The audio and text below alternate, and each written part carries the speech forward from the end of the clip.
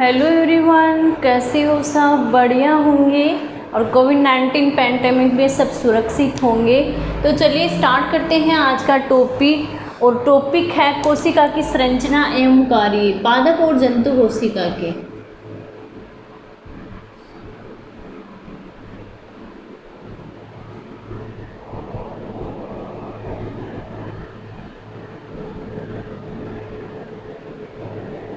ये टॉपिक है, नाम बहुत बड़ा है, पादप और जंतु कोशिका की संरचना एवं कार्य।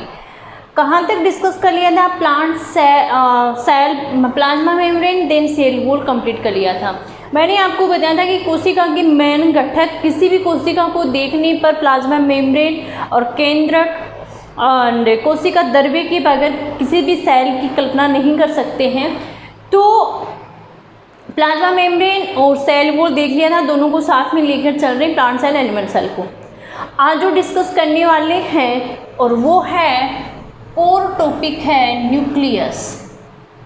न्यूक्लियस बोले तो केंद्रक। केंद्रक के बारे में चर्चा करेंगे, डिस्कस करेंगे। केंद्रक है ना, न्यूक्लियस क्या होता है, क्या इसमें प्रेजेंट होता है, इस सब के बारे में। न्यूक्लियस स्टार्ट करने से पहले मैं आपको बताऊं कि कोशिका में क्या होता है। कोशिका के विभिन्न भागों को देखने के लिए कोशिका में अलग अलग भाग होते हैं, ठीक है। प्लाज्मा मेम्ब्रेन, साइटोप्लाज्म, न्यूक्लियस में क्रोमोसोम वगैरह। तो इनको देखने के लिए अलग अलग रंजक की आवश्यकता होती है। कोशिका के विभिन्न भागों को देखने के लिए विभिन्न रंजकों की आवश्यकता होती है। कुछ क्षेत्र हैं वो अधिक गहरे होते हैं, कुछ क्षेत्र हैं वो अधिक गहरे होते हैं और कुछ क्षेत्र हैं वो कम गहरे होते हैं। यानी कि रंजक सेल को माइक्रोस्कोप से देखने पर पता चलता है कि सेल के कुछ एरिया अधिक गहरे होते हैं, कुछ कम होते हैं। सेल को रंगने के लिए किसका यूज किया जाता है? मोस्ट ऑफ आयोडीन विलियन का एक रंजक के रूप में उपयोग किया जाता है। सेफ्रानीन का और उपयोग किया जाता है मेथिलीन ब्लू का। और ये है नाम आपको दिमाग में रखने हैं, क्योंकि लैब असिस्टेंट का पेपर हुआ था 2019 में हुआ था। 2019 में लैब असिस्टेंट का पेपर हुआ था, अधीनस्थ बोर्ड ने करवाया था। तो उसमें मुझे एग्जैक्टली याद नहीं है, बट ऐसा पूछा था कि क्रोमोसोम को रंगने के लिए कौन सा रंजक उपयोग में लिया जा सकता है, शायद ऐसा पूछा था। लेकिन रंजक की कौन से भाग को रंगने के लिए कौन सा रंजक उपयोग में लिया जाता है, 4 ऑप्शन थे, उसमें से एक को करना था ना। तो ये ऐसा पूछा जा सकता है कि सेल को माइक्रोस्कोप से देखने के लिए कौन सा रंजक है यूज में लिया जाता है। आयोडीन विलियन, सेफ्रानीन, मेथिलीन ब्लू, ये कॉमन है, इनको ध्यान में रखना है। ये यूजुअली यूज लिए जाते हैं ना। केंद्रक की मैं स्ट्रक्चर बताऊं, केंद्रक की संरचना की बात करूं तो केंद्रक में क्या होता है, स्ट्रक्चर की बात करूं, केंद्रक में क्या प्रेजेंट होता है। केंद्रक की संरचना में केंद्रक एक दोहरी झिल्ली युक्त क्या होता है, दोहरी झिल्ली युक्त क्या है, केंद्रक एक दोहरी झिल्ली युक्त है। ओके, जैसे ये सेल हो गई, इसके बीच में केंद्रक होता है। एनिमल सेल में बीच में केंद्रक होता है, प्लांट सेल में साइड में केंद्रक होता है ना, किनारे की ओर होता है। तो ये केंद्रक है, ये दोहरी झिल्ली है। क्या हो गई? एक मेम्ब्रेन, 2 मेम्ब्रेन हो गई ना, ये क्या हो गया? ये केंद्रक झिल्ली हो गई। केंद्रक मेम्ब्रेन हो, न्यूक्लियस मेम्ब्रेन हो गई, न्यूक्लियर मेम्ब्रेन हो गई या केंद्रक झिल्ली हो गई। इस केंद्रक झिल्ली के अंदर यहाँ पे ये क्या प्रेजेंट होते हैं? केंद्रक छिद्र प्रेजेंट होते हैं, न्यूक्लियर पोर प्रेजेंट होते हैं। ये केंद्रक छिद्र क्या काम करते हैं? अच्छा, एक चीज़ और बताऊं, ये जो डबल मेम्ब्रेन है ना, ये सेल के अंदर सिर्फ 3 ऑर्गन में मिलती है। एक तो केंद्रक के अंदर, एक माइटोकॉन्ड्रिया के अंदर, एक क्लोरोप्लास्ट के अंदर। क्लोरोप्लास्ट एनिमल सेल में प्रेजेंट नहीं होता, इसलिए प्लांट सेल में 3 ऑर्गन ऐसे होंगे। केंद्रक को एक कोशिका का अंग ही माना जाएगा, या कोशिकांग है ना, उसके अंदर जो है वो डबल मेम्ब्रेन प्रेजेंट होगी, एंड माइटोकॉन्ड्रिया और क्लोरोप्लास्ट। लेकिन एनिमल सेल में क्लोरोप्लास्ट नहीं होता है, इसलिए माइटोकॉन्ड्रिया और न्यूक्लियस 2 कोशिकांग होंगे जिनमें न्यूक्लियर मेम्ब्रेन है वो प्रेजेंट है, डबल मेम्ब्रेन प्रेजेंट होती है। ये पोर, न्यूक्लियर पोर क्या काम करते हैं, क्या वर्क करते हैं? ये काम करते हैं कि केंद्रक के अंदर का जो केंद्रक द्रव्य होता है, इस द्रव्य को बाहर जो साइटोप्लाज्म में होता है, इसके बाहर की ओर क्या प्रेजेंट होता है, बाहर की ओर साइटोप्लाज्म में कोशिका द्रव्य प्रेजेंट होता है।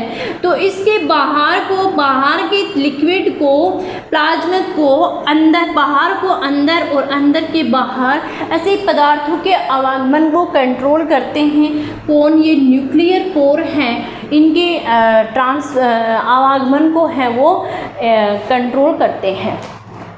केंद्रक में क्या प्रेजेंट होते हैं? केंद्रक में, केंद्रक के अंदर क्या प्रेजेंट होते हैं? केंद्रक के अंदर हैं वो क्रोमोजोम प्रेजेंट होते हैं। केंद्र के अंदर क्या प्रेजेंट होते हैं? केंद्र के अंदर है क्रोमोजोम प्रेजेंट होते हैं। अब ध्यान दीजिएगा, क्रोमोजोम, क्रोमोजोम को कहा जाता है गुणसूत्र। गुणसूत्र हैं वो केंद्रक के अंदर है वो प्रेजेंट होते हैं। गुणसूत्र कब दिखाई देते हैं? गुणसूत्र दिखाई देते हैं कि जब कोशिका है। गुणसूत्र कब दिखाई देते हैं? कि जब कोशिका विभाजित हो रही होती है। कोशिका जब विभाजित होने वाली है ना, विभाजित होने वाली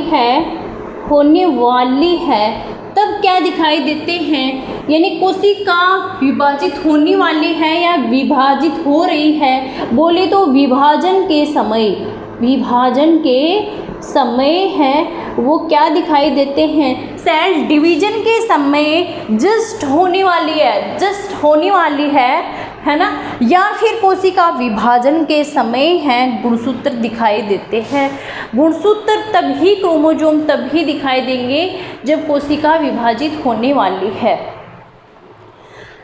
गुणसूत्र हैं, क्रोमोजोम है, इसमें क्या प्रेजेंट होता है? इनमें, क्रोमोजोम में आनुवंशिक पदार्थ है, आनुवंशिक पदार्थ है वो प्रेजेंट होते हैं। गुणसूत्र क्या होते हैं? गुणसूत्र हैं वो आनुवंशिकी की क्या होते हैं? आनुवंशिकी के वाहक होते हैं। आनुवंशिक पदार्थ हैं, डीएनए है, डीएनए है, इसका जो डीएनए है वो इसमें प्रेजेंट होता है गुणसूत्र में, और ये डीएनए एक संतति से दूसरी संतति में जाता है।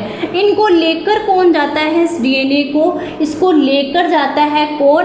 क्रोमोजोम है, गुणसूत्र है वो लेकर जाता है। जैसे अपने घर पे सामान मंगवाए कुरियर के थ्रू, तो जो कुरियर आता है वो कुरियर क्रोमोजोम हो गया। जो सामान हमें मिला है, फॉर एग्जांपल मैंने ये माइक मंगवाया था, तो ये मैंने ऑनलाइन ही मंगवाया था ना, तो मैंने जो माइक मंगवाया है ये तो डीएनए हो गया, और जो कुरियर था वो मेरे लिए क्रोमोजोम हो गया।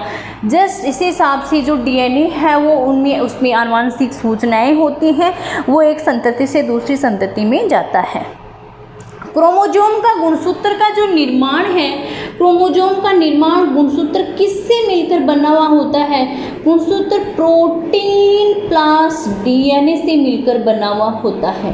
गुणसूत्र जैसे ऐसे होता है, ऐसे, ये क्रोमोजोम हो गया है ना, ये इसकी डुप्लीकेशन कॉपी हो, ये क्रोमोजोम इस हिसाब से गुणसूत्र होता है ना। तो गुणसूत्र कब, ये कब है? नॉर्मली ऐसा गुणसूत्र नहीं होता है। ये कब है? जब कोशिका विभाजित हो रही है, विभाजन के समय, तब ही गुणसूत्र देख सकते हैं, और तब हमें ऐसे दिखाई देते हैं। ऑलराइट, समझ में आ गया? तो हाँ, कहाँ चल रहे थे? गुणसूत्र का निर्माण है वो प्रोटीन और डीएनए, यानी प्रोटीन और डीएनए मिलकर है क्रोमोजोम का निर्माण करते हैं। एक चीज़ मैं यहाँ भी आपको बताऊँ, कि डीएनए अणु है, इसमें क्या क्या स्टोरेज होता है, डीएनए अणु में क्या स्टोरेज होता है, डीएनए अणु में क्या होते हैं। जैसे कि ये डीएनए मॉलिक्यूल है, एक डीएनए मॉलिक्यूल है, जैसे कि ये एक डीएनए मॉलिक्यूल है। इस डीएनए मॉलिक्यूल में क्या होता है, इस डीएनए मॉलिक्यूल में जगह जगह क्या प्रेजेंट होते हैं, जीन प्रेजेंट होते हैं, जीन प्रेजेंट होते हैं। जीन क्या होते हैं, जीन क्या होते हैं, जीन है, आपसे पूछ लिया जाए क्या होते हैं तो जीन होते हैं फंक्शनल यूनिट होते हैं, डीएनए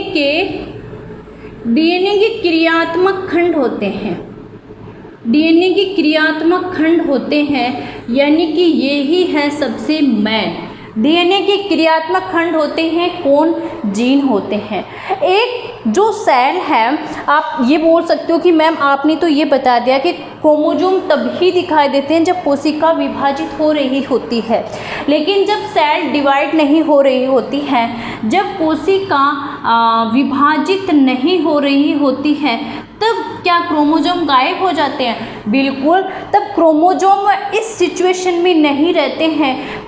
जो आनुवंशिकी के जो वाहक हैं वो ऐसे स्ट्रक्चर में नहीं रहते हैं जिसे क्रोमोसोम बोलते हैं, वो एक दूसरी स्ट्रक्चर में रहते हैं और उस स्ट्रक्चर को क्रोमेटिन कहा जाता है, क्रोमेटिन कहा जाता है।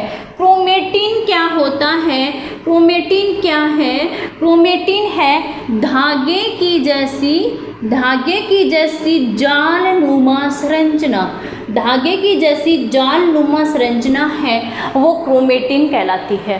क्रोमेटिन से क्रोमोसोम कब बनता है, ये क्रोमेटिन है, ये इससे क्रोमोसोम कब बनेगा, ये क्रोमेटिन क्या होगा, ये क्रोमेटिन कंपोस्ट होगा, मतलब कि एक संगठित होगा और संगठित होने के बाद में ये क्रोमोसोम का निर्माण है वो करेगा। न्यूक्लियस क्या काम करता है, न्यूक्लियस है कुछ जीवों में क्या काम करता है, सेलुलर कोशिकीय रिप्रोडक्शन का काम करता है, कोशिकीय रिप्रोडक्शन का काम है वो न्यूक्लियस के द्वारा किया जाता है। क्या होता है कि एक कोशिका के द्वारा क्या है कि एक कोशिका के द्वारा दो कोशिकीय जीवों का निर्माण है वो इसमें हो जाता है, यानी एक कोशिकीय जीव है उसके द्वारा जो दो जीवों का निर्माण हो जाता है और जो भी यूनिसेलुलर है ना। तो सेलुलर रिप्रोडक्शन में जो न्यूक्लियस का है वो इम्पोर्टेंट रोल होता है। इसके अलावा तो सेल के कोशिका है, सेल के विकास और मैचुरेशन, सेल के डेवलपमेंट एंड मैचुरेशन को कंट्रोल करता है, मैचुरेशन को कंट्रोल करता है, यानी कि कोशिका है उसको विभाजित करना है आगे, तो सेल के विकास और मैचुरेशन यानी सेल मैच्योर हो चुकी है या इमेच्योर कंडीशन में है, इसको है वो कंट्रोल करता है कौन, न्यूक्लियस कंट्रोल करता है। और सजीव कोशिका की रासायनिक जो सजीव सेल है, सजीव सेल की क्या करता है, रासायनिक मैकेनिज्म को, रासायनिक क्रिया को, रासायनिक मैकेनिज्म को क्या करता है, कंट्रोल करता है, कंट्रोल करता है कौन, न्यूक्लियस। न्यूक्लियस का बहुत ज़्यादा इम्पोर्टेंट रोल है। बात करूँ मैं बैक्टीरिया जैसे जीवों की, बैक्टीरिया में क्या होता है, बैक्टीरिया है उसमें क्या है, जैसे बैक्टीरिया की मैं बात करूँ तो बैक्टीरिया में ये मैंने ये न्यूक्लियस की ये स्ट्रक्चर बताई डबल मेम्ब्रेन, बैक्टीरिया में ऐसी डबल मेम्ब्रेन नहीं पाई जाती है। बैक्टीरिया में जो न्यूक्लियर पदार्थ होता है यानी कि जो न्यूक्लियर क्षेत्र है, न्यूक्लियर जो क्षेत्र है बैक्टीरिया में, ये वाला जो गहरे रंग का है, साइंटिस्ट ने इनकी स्टडी की तो केंद्र के कोशिका के बीच में गहरे रंग का जो डोट के आकार की संरचना बताई, उसका वो क्या होता है, वो मतलब एक डिफाइन एरिया नहीं होता है, एक डिफाइन एरिया नहीं होता है।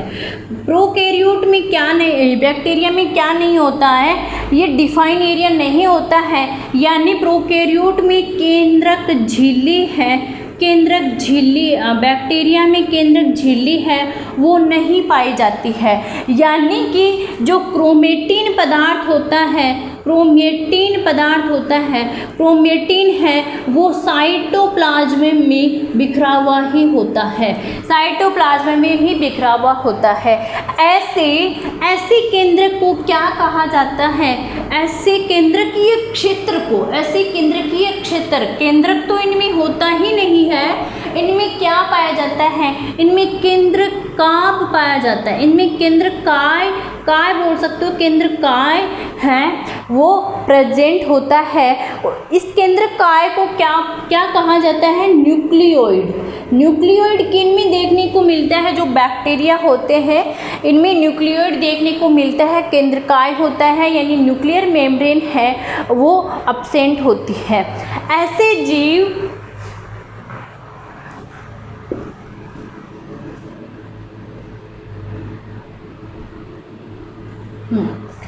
ऐसे जीव जिनमें डबल मेम्ब्रेन नहीं पाई जाती है न्यूक्लियस पर, उन्हें प्रोकैरियोट जीव कहते हैं। और ऐसे जीव जिनमें डबल मेम्ब्रेन पाई जाती है क्रोमेटिन पर, उसे क्या कहते हैं? उसे कहते हैं यूकैरियोट जीव, है ना, उसे यूकैरियोट जीव कहते हैं। जैसे प्रोकैरियोट में बात करूं, प्रोकैरियोट बैक्टीरिया की इस प्रकार की स्ट्रक्चर होती है, कुछ ये फ्लैजिला हो गए, इसमें क्या है, जिसमें ये देखो ये राइबोसोम दोनों में प्रेजेंट होते हैं, चाहे यूकैरियोट हो चाहे प्रोकैरियोट हो। ये क्या हो गया? ये आपका क्या हो गया? ये साइटोप्लाज्म हो गया, ये साइटोप्लाज्म हो गया। इसमें क्या होता है? वो न्यूक्लियोइड जो क्रोमेटिन पदार्थ है वो बिखरा हुआ होता है। प्रो का मतलब होता है आदिम यानी पूर्व का। कैरियोट यानी कैरियोन मतलब केंद्रक, यानी कि जो आदि केंद्रक है ना, यानी कि जो आदिम यानी पहले का केंद्रक यानी केंद्रकाय जिस जीव में उपस्थित होता है वो प्रोकैरियोट, और जिनमें आधुनिक उपस्थित होता है यू यानी आधुनिक, वो यूकैरियोट जीव कहलाते हैं। इन्हीं के आधार पर क्या हुई? प्रोकैरियोट सेल और यूकैरियोट सेल। प्रोकैरियोट सेल में वो सभी ऑर्गेनेली प्रेजेंट नहीं होते हैं जो यूकैरियोट सेल में कोशिकांग, एक सुसंगठित कोशिकांग जो ऑर्गेनेली है वो प्रेजेंट होती हैं। तो बोले मैम इनके द्वारा जो प्रोकैरियोट सेल है, आपने पीछे के लेक्चर में भी बताया था कि प्रोकैरियोट होते हैं या यूनिसेलुलर होते हैं, वो भी सभी कार्य करते हैं, श्वसन है जो सभी कार्य रिप्रोडक्शन है, तो वो कैसे किया जाता है ना। तो इनमें है वो प्रोकैरियोट में जो कोशिका द्रव्य होता है, साइटोप्लाज्म होता है, उसमें क्या पाया जाए? उसके जो संगठित भाग होते हैं उन संगठित भागों के द्वारा ही क्या है इनका कार्य किया जाता है। बात करूं जैसे मैं साइनोबैक्टीरिया की, साइनोबैक्टीरिया क्या है? साइनोबैक्टीरिया है ब्लू ग्रीन एल्गी। हालांकि ये एल्गी नहीं है, ये एक तरह का जीवाणु ही है, जीवाणु एक मोनिरा जगत में आता है।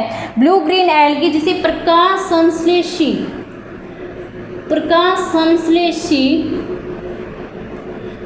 संश्लेषी जीवाणु कहा जाता है साइनोबैक्टीरिया को, यानी कि ये फोटोसिंथेसिस करता है, यानी कि ये अपना फूड है खुद बनाता है।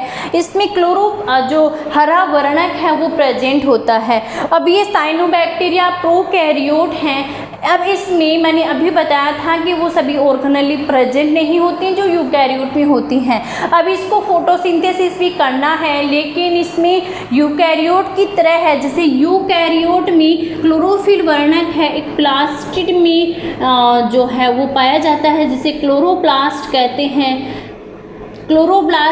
हैं, और क्लोरोप्लास्ट डबल मेम्ब्रेन युक्त स्ट्रक्चर होती है।